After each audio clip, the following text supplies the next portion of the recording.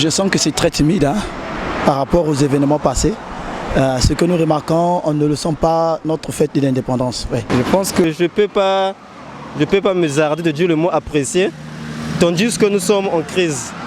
Premièrement, quand je parle de crise, nous voyons depuis 2014, nous étions en crise économique depuis 2014. Arrivé 2014, nous sommes arrivés pendant l'année 2019.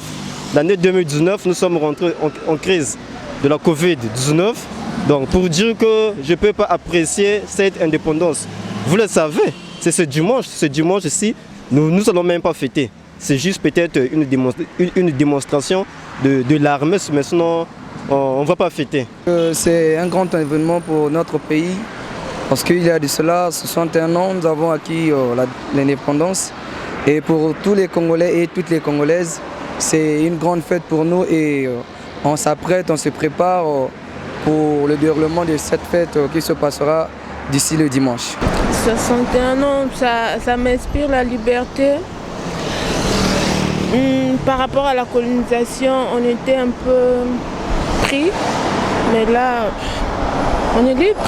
La chose que je vais apprécier parce que c'est un moment glorieux pour notre nation d'abord, parce que déjà l'image de savoir qu'on est indépendant, que nous pouvons être un pays libre, ça fait déjà en partie notre joie. Et déjà essayer de savoir que nous allons fêter 61 ans, donc je sais pas. Nous avons quand même constaté assez les choses qui ont évolué. Parce que le Congo de 2007 n'est pas le Congo d'aujourd'hui. Le Congo de 2018 n'est pas le Congo d'aujourd'hui. Certes qu'il y a encore certaines défaillances, mais on peut dire que le Congo est en train de progresser au fur et à mesure. Et on y croit qu'un jour, ce pays-là finira bien par atteindre son émergence. Depuis 61 ans, il y a certaines choses qu'on ne peut pas dire au micro. Si vous me demandez mon point de vue, je dis qu'il y a encore beaucoup de choses à refaire. Ouais, par rapport à la réalité que nous sommes en train de vivre dans notre pays. Plus ou moins, puisqu'on n'est pas encore arrivé là où on veut être. Pour l'instant, tout petit peu seulement. Bon, oui et non. Oui et non, mais je peux dire oui parce que déjà que de base, on n'a pas, dès le début de la colonisation, on n'avait pas tout ce que nous avons aujourd'hui. Mais après l'indépendance, nous pouvons remarquer un grand changement dans notre nation. Le pays a gravement changé. On a des instituts, on a des établissements, des universités par-ci par-là. Des choses ont vraiment changé. Des gens s'envolent quoi, tu vois, si je peux dire comme ça. En 61 ans, je peux dire non. On vole non, pourquoi au 1, nous voyons les finalistes qui sortent des écoles professionnelles qui devaient être intégrés directement à la fonction publique, qui sont à la traîne. Nous voyons le problème des étudiants, des bourses aujourd'hui en plein retard. Donc on ne peut pas dire que non, le Congo a progressé bien, ils sont en seuil de l'indépendance. Je dis non. Sincèrement dit, non, je ne suis pas satisfait du côté de l'emploi ou bien du côté de l'éducation parce que j'en fais partie des jeunes. Et déjà, je vois certains jeunes souffrir, je vois certains jeunes ne pas être contents de ce que nous vivons. Du coup, affirmer cela, c'est être un hypocrite au fait, c'est faux. Le pays n'a pas développé côté éducation ni côté emploi. On a de l'emploi bien sûr, mais on sait comment ça se passe, mais on n'a pas développé côté emploi. Je dis carrément et non et non. Parce que le social du Congo jusqu'à aujourd'hui, nous sommes, je peux dire, à 90% du social est à terre. Actuellement, je pense que je ne suis pas personnellement satisfait. Parce que moi qui vous parle, je suis un étudiant. Et généralement dans notre faculté, qui est la faculté de droit, il y a encore certaines choses qui ne marchent pas. Et concernant aussi la vie sociale, il n'y a pas encore vraiment la stabilité. Il y a encore les pénuries concernant les transports. Donc toutes ces choses-là, ce sont les choses que le gouvernement doit envisager d'améliorer pour que tout se passe bien dans la vie sociale de tous les jours.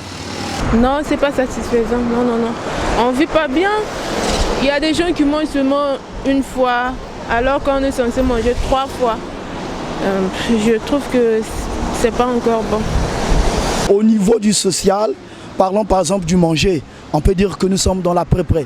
Parce que quand j'ai fait un tour en RDC, je vois que le Congo démocratique a un sérieux problème par rapport à notre pays, le Congo. Déjà, nous voyons que le côté social, le gouvernement essaie d'améliorer quelque chose. Le côté transport, le côté logement, ça va. Mais au niveau de l'emploi, si vous me voyez, c'est vrai que j'ai un gros ventre, mais je ne travaille pas. C'est la preuve en eux qui montre déjà qu'il y a un problème. qui ne va pas.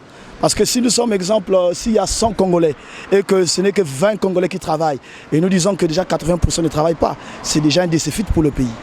Voilà. Les priorités de l'État devaient être premièrement les jeunes, parce que vous savez, une nation, ce qui fait une nation, c'est d'abord les jeunes. Du moment que les jeunes ne sont pas aisés, les jeunes ne sont pas vraiment dans leur domaine, je ne sais pas à quoi servira de parler du développement. Si on peut trouver des emplois pour des jeunes, si on peut ouvrir encore plus d'universités, plus d'écoles pour permettre une bonne éducation pour les jeunes, vraiment ça fera du bien pour les jeunes. Le système éducatif surtout, l'emploi des jeunes. Pour moi, ça devrait être l'intégration des jeunes dans les administrations.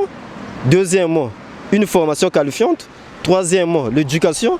Quatrièmement, nous pouvons parler du social dans le domaine des gens qui sont infirmes. À chaque fois, l'État doit être proche de ces gens. Ça peut être les points moins essentiels. Ils doivent être stratèges.